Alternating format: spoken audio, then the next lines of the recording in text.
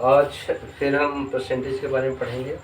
तो परसेंटेज है और टाइप 2 है इसका, क्योंकि परसेंटेज कई भागों में बटा हुआ है और परसेंटेज के सारे क्वेश्चन करने पड़ेंगे, नहीं तो एग्ज़ाम में, किसी भी कंपटीशन के एग्ज़ाम में बहुत मुश्किल होती है और हमें पहचानना भी पड़ता है कि परसेंटेज का कौन सा टाइप है। ठीक है, तो आज हम चलते हैं परसेंटेज के अंदर टाइप 2 पे, और ये प्रॉफिट एंड लॉस पे है, जो कि परसेंटेज का ही भाग है। ठीक है, तो परसेंटेज के अंदर आता है ये profit loss, profit and loss वाला। और ऐसा नहीं है कि प्रॉफिट लॉस आगे नहीं आएगा, प्रॉफिट लॉस का एक अलग चैप्टर है, उसे हम बाद में सॉल्व करेंगे। तो पहले हम परसेंटेज के अंदर प्रॉफिट लॉस देख लेते हैं क्या है। ठीक है, तो हम कुछ बातों से रूबरू होते हैं, जैसे क्रय मूल्य। क्रय मूल्य, क्रय मूल्य को कॉस्ट प्राइस कहते हैं,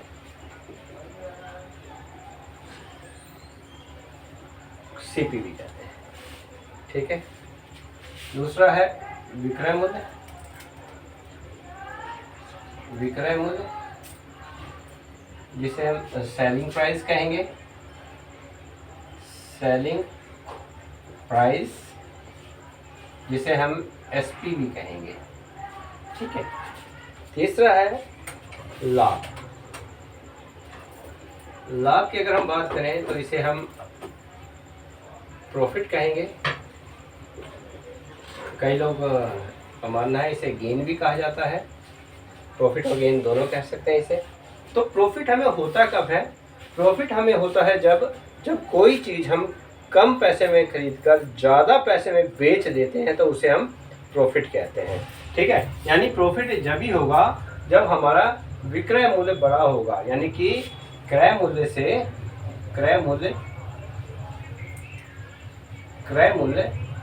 बड़ा होगा हमारा विक्रय मूल्य। इसे इस तरह से कहेंगे कि अगर ये 400 है और ये 600 है, तो ये गेन हुआ 200 रुपीज़ का लाभ हुआ। ठीक है, तो क्रय मूल्य छोटा होगा, विक्रय मूल्य बड़ा होगा, तो 200 रुपये का लाभ हुआ। ये बात और समझने वाली है विक्रय मूल्य को खासकर, क्योंकि विक्रय मूल्य मेन चीज है। तो विक्रय मूल्य क्या होता है? विक्रय मूल्य की हम बात इसलिए कर रहे हैं क्योंकि सारा क्वेश्चन मोस्टली डिपेंड इसी पे है, विक्रय मूल्य पे। विक्रय मूल्य होता है कब? दो टाइम होता है विक्रय मूल्य। पहला टाइम जब क्रय मूल्य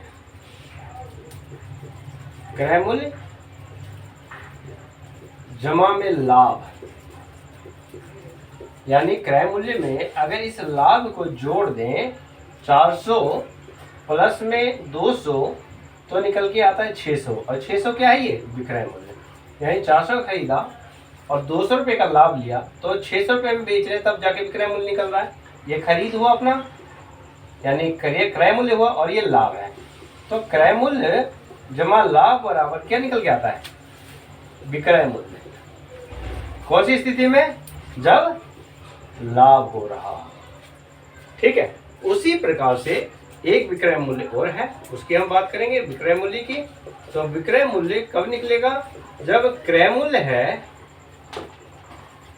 और घाटा है, नुकसान है, यानी कि हानि है।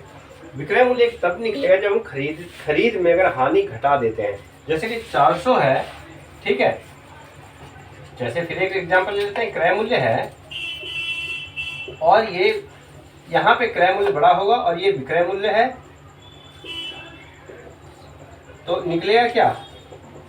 हानि निकलेगी है। कैसे? देखिए, मान लीजिए हमने 600 रुपये कोई चीज़ खरीदी और 400 रुपये में बेच दी, तो 200 रुपये का नुकसान होगा। अब इसी 600 में से अगर 200 घटा दें तो क्या आएगा? 400 रुपये की प्राप्ति होगी, और 400 रुपये क्या है? ये विक्रय मूल्य है। यानी खरीद में से अगर हानि को घटा दिया जाए तो ये जो निकल के आता है वो विक्रय मूल्य होता है। इसी की हम बात करें। अब क्वेश्चन पे आते हैं कि क्वेश्चन क्या कहता है। ठीक है, तो क्वेश्चन है तो ये दोनों जो इम्पोर्टेंट है वो उसको नोट करके रखेंगे अच्छी तरह से, क्योंकि ये सारा सबसे मेन प्ले रोल खेलता है इसमें परसेंटेज में। यस, एक टेबल 500 रुपये में खरीद कर, क्वेश्चन है, एक टेबल 500 रुपए में खरीद कर, ठीक है, 100 रुपए लाभ लेकर बेच दिया, 100 रुपए लाभ लेकर बेच दिया, ठीक है, तो विक्रय मूल्य क्या हुआ? तो विक्रय मूल्य क्या होगा? क्वेश्चन है, एक टेबल 500 में, यानी कि सीपी कॉस्ट प्राइस क्रय मूल्य 500 रुपए में खरीदा भाई, और 100 रुपए का लाभ लिया, तो लाभ बराबर क्या हुआ? प्रॉफिट। प्रॉफिट कितना हुआ? 100 रुपए का। तो विक्रय मूल्य क्या है? तो विक्रय मूल्य मैंने कहा था, विक्रय मूल्य बराबर 100 क्रय मूल्य जमा में लाभ बराबर विक्रय मूल्य। तो 100 जमा में सीधा जोड़ दो यहीं पे, कहाँ जा रहे हैं, तो ये आ गया विक्रय मूल्य। विक्रय मूल्य, तो विक्रय मूल्य कितना हो गया? 600 रुपये आंसर। ठीक है, तो आगे चलते हैं नेक्स्ट क्वेश्चन पे। हाँ, तो अब क्वेश्चन दूसरा आता है, किसी वस्तु को 720 रुपए में बेचने पर, क्वेश्चन है, किसी वस्तु को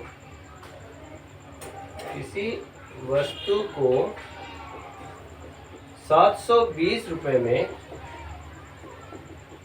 बेचने पर, ठीक है, 20% का लाभ होता है, होने पर 20% का लाभ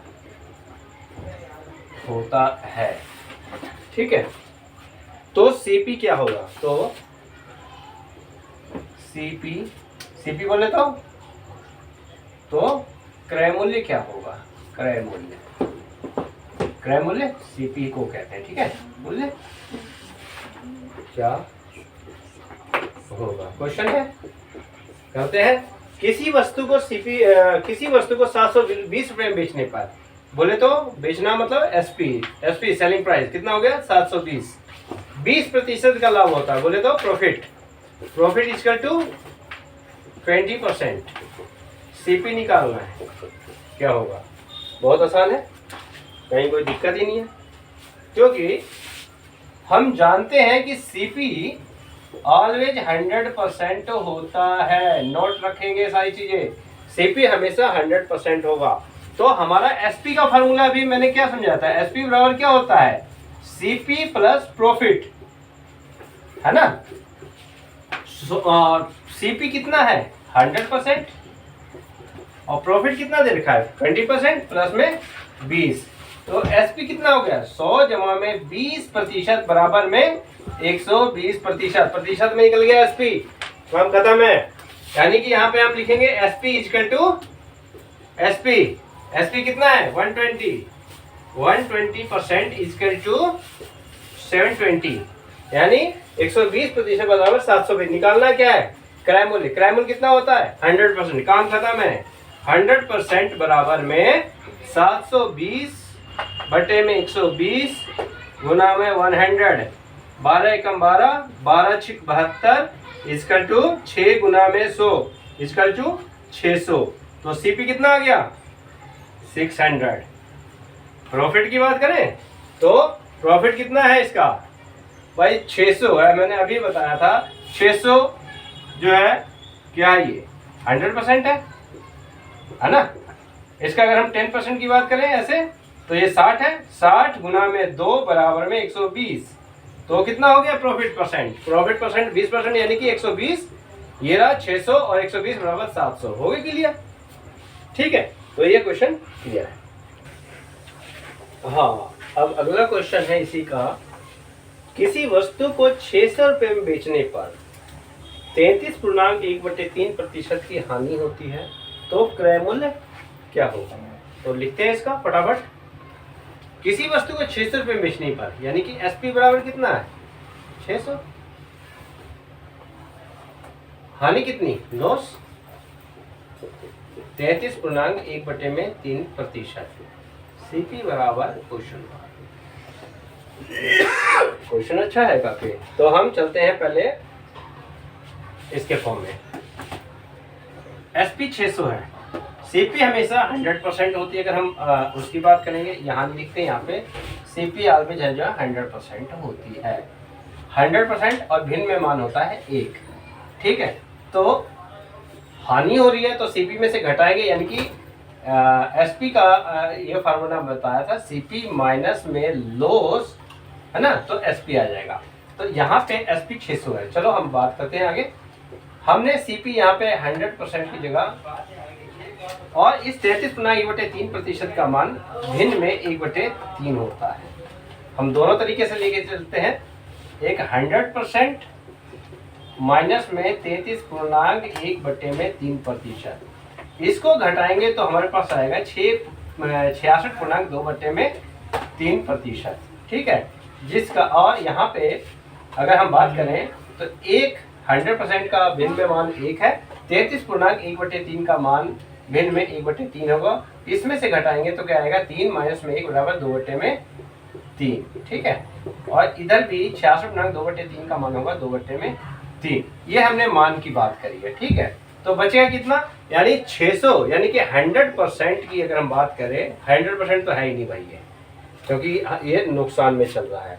तो हमने देखा कि CP 100% था, CP 100% था, इसमें से हमने घटाया लॉस परसेंट, तो 66.2/3% बचा ये, या तो 66, यानी कि SP बराबर है, यहाँ पे हम SP रखेंगे, SP बराबर SP, परसेंटेज में मान रखेंगे, ये वाला मान रखेंगे, थोड़ा दिक्कत होगा, इसलिए हम आसान वाला 2/3 रख लेते हैं। ठीक है, तो SP हो गया, यहाँ पे संख्या क्या है, 600 यहाँ रखें 600। ठीक है, और ये 2/3 ये रहा। अब इसने क्या कहे, क्रय मूल्य क्या होगा, क्रय मूल्य मतलब CP हमेशा मान होता है 1 है, हम परसेंटेज नहीं भिन्न का मान निकाल रहे हैं। तो 1 बराबर क्या होगा, 600, ये उधर जाएगा, उल्टा पलटी हो जाएगा, यानी कि 3/2 गुना में 1, 2 एकम 2, 2 तिया 6, 0 0, 300 तिया 900। तो क्रय मूल्य क्या आ गया, 900।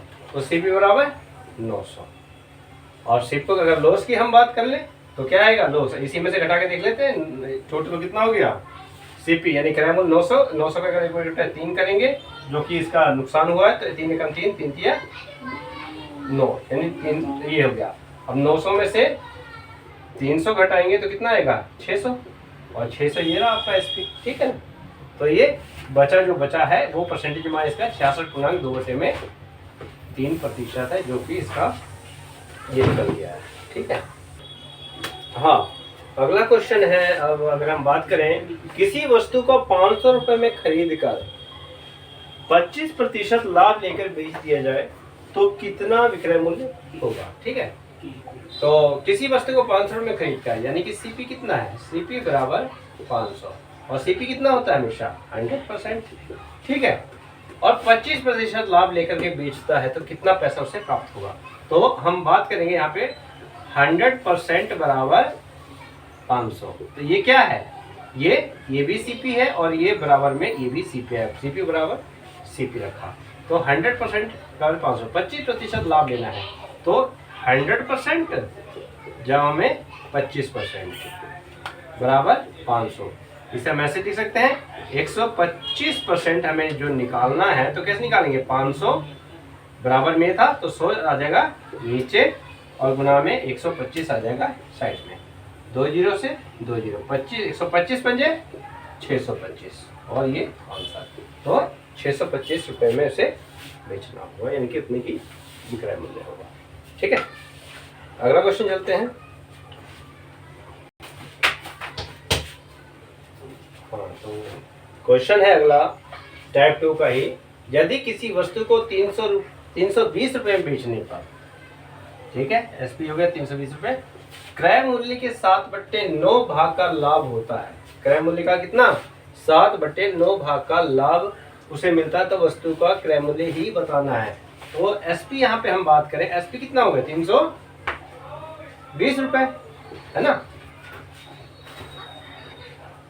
320 रुपये में बेच रहा है।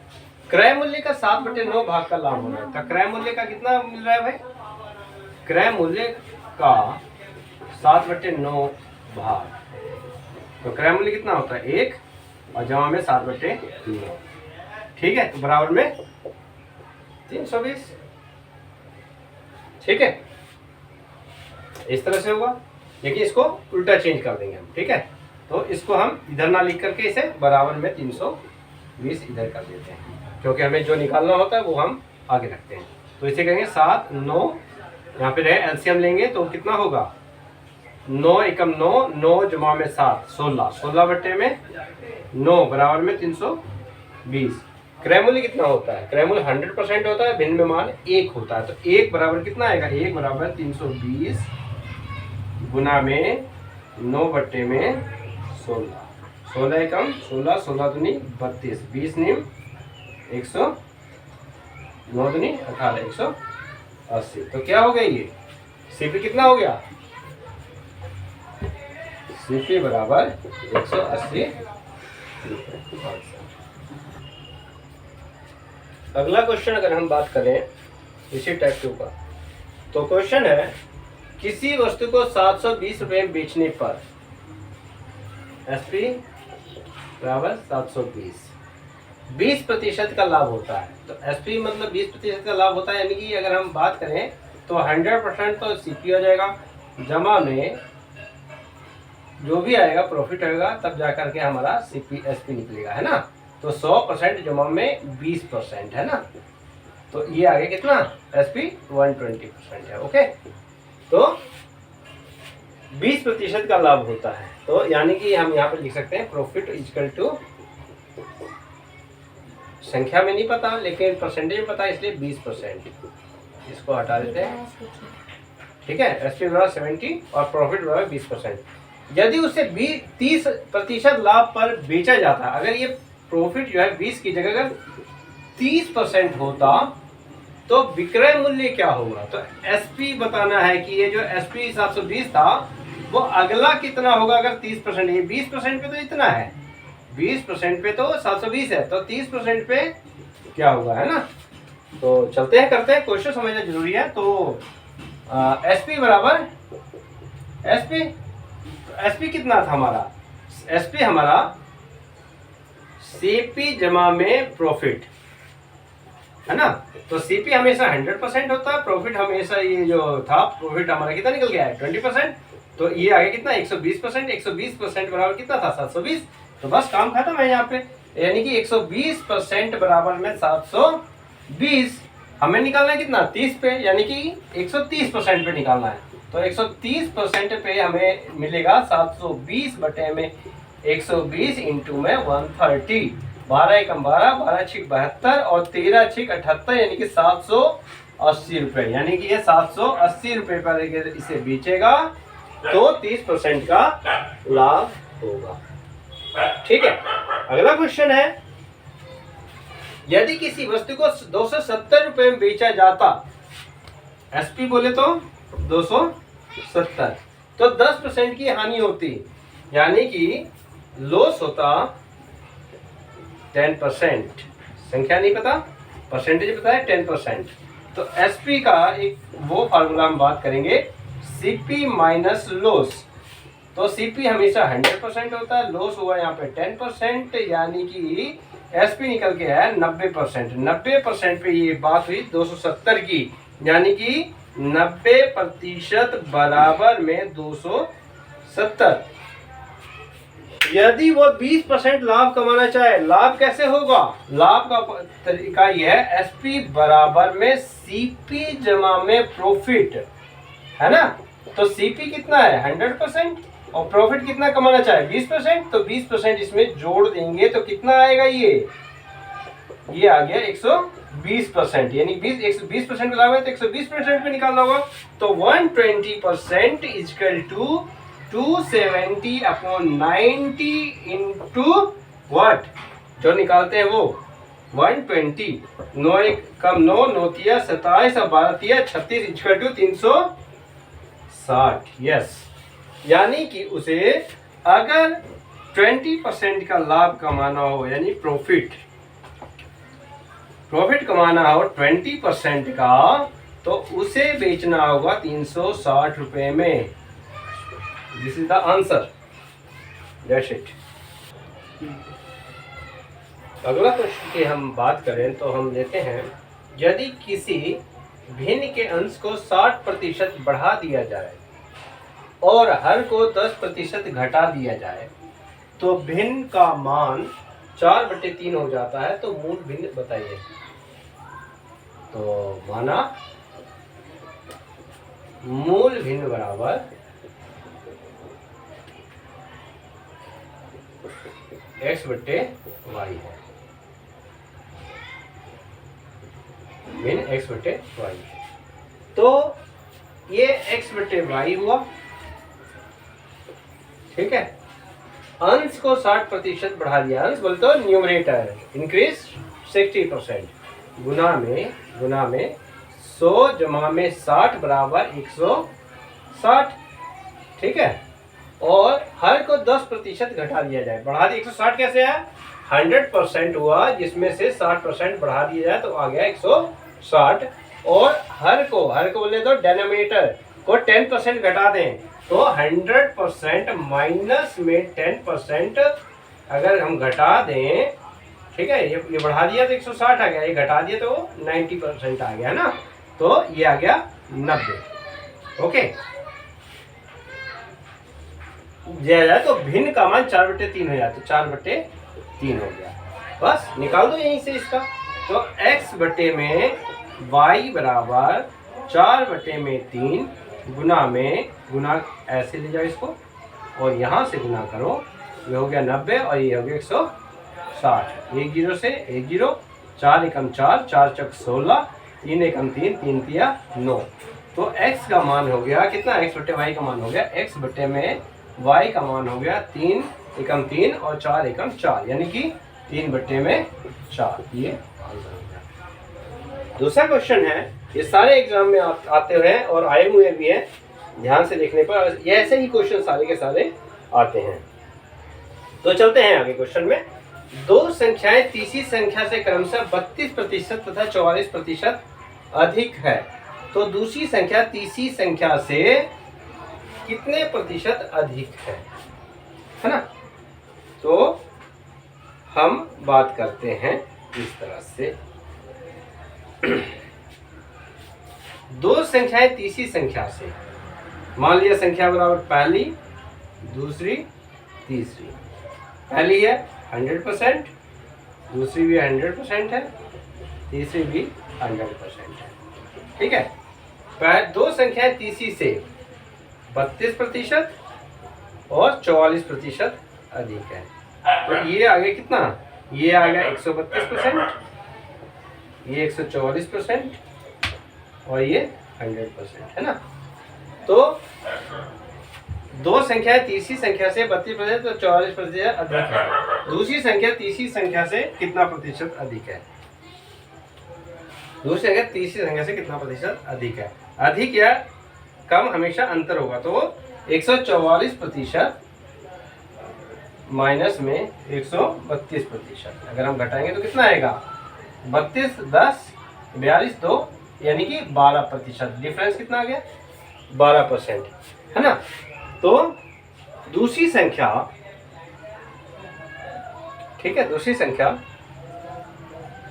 तीसरी संख्या से कितने प्रतिशत अधिक है, तो दूसरी संख्या कितना है,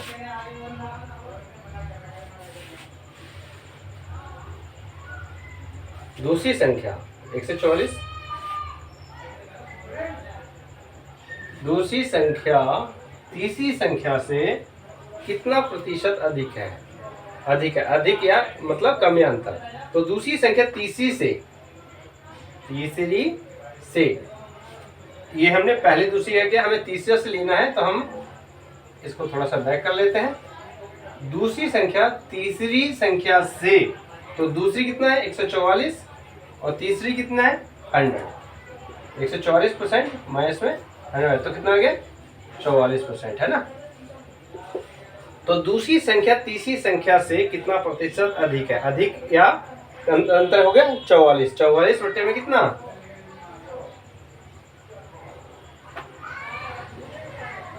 44, ये आगे डिफरेंस बटे में 100, क्योंकि 100 इसका है और गुना में 100 इसका है। 100 से 100 कट गया तो ये आ गया 44%। ठीक है।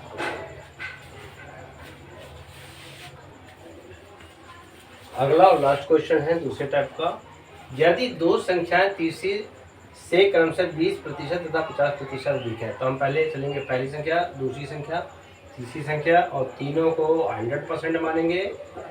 ठीक है। पहली संख्या 100, दूसरी भी 100 और तीसरी भी 100%। यदि दो संख्या, पहली संख्या दूसरी संख्या, तीसरी से, इस तीसरी वाली से 20% और इससे 50% अधिक है, कितना हो गया? ये 120, ये 150 और ये 100%। तो पहली संख्या दूसरी संख्या का, तो पहली संख्या कितना है? ये रहा। दूसरी संख्या का कहा गया, जिसको कहा गया उसे नीचे लिखना, तो दूसरी संख्या का 50% से कितना प्रतिशत अधिक है? अधिक। ये हो गया। ठीक है। तो हम बात करेंगे इससे। 15 अट्ठे 120, 15 दाम 150, 1 0 से 1 0 काट दें तो 8 गुना में 10 बराबर 80। ठीक है। तो 80% ये आंसर है। तो ये टाइप 2 समाप्त हुआ। अब तीसरे पे चलेंगे।